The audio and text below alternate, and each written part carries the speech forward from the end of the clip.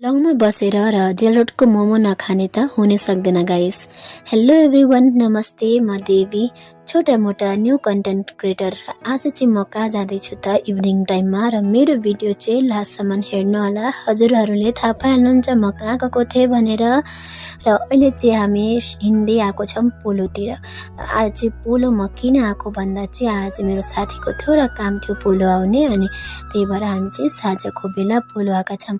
सक्नुहुन्छ गाइस, पोलोमा रस्ताको साइडमा कति ताजा ताजा फलफुलहरू राख्नु भएको छ। र यो चाहिँ हो पोलो ग्राउन्ड जाने रस्ता, र पुरा देखेको छैन ग्राउन्ड चाहिँ। र अहिले चाहिँ म फर्केर आउँदा यहाँ पुगिसकेको छु जेल रोडमा, र हेर्न सक्नुहुन्छ अहिले चाहिँ साँझको बेला चाहिँ सब्जीहरू राख्नुहुन्छ, कति ताजा ताजा सब्जीहरू राख्नु भएको छ। र अब जेल रोडमा आइसकेपछि अब मोमो खान त जानै पर्छ।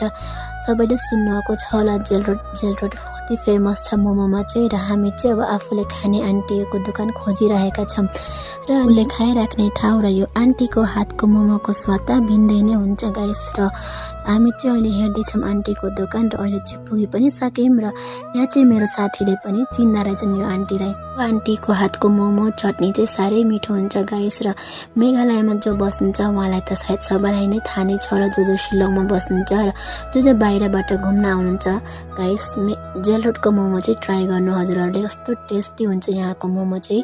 र यता चाहिँ अब हामी पनि खाना सुरु गरेको। यहाँ चाहिँ मेरो साथीले चिन्दा रहेछन्, अनि मजाले बात गर्दै गएका छन्।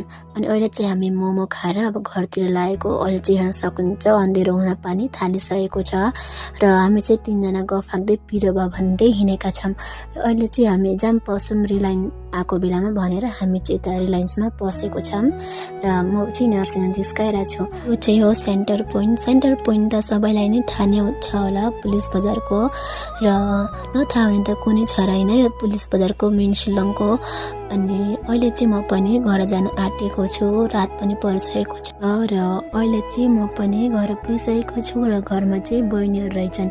र अनि यता चाहिँ भाइले जिस्काइरहेको छ। र मेरो भिडियो चाहिँ आजको लागि यति नै हो। हजुरहरूलाई कस्तो लाग्यो कमेन्टमा भनिदिनु होला। By by.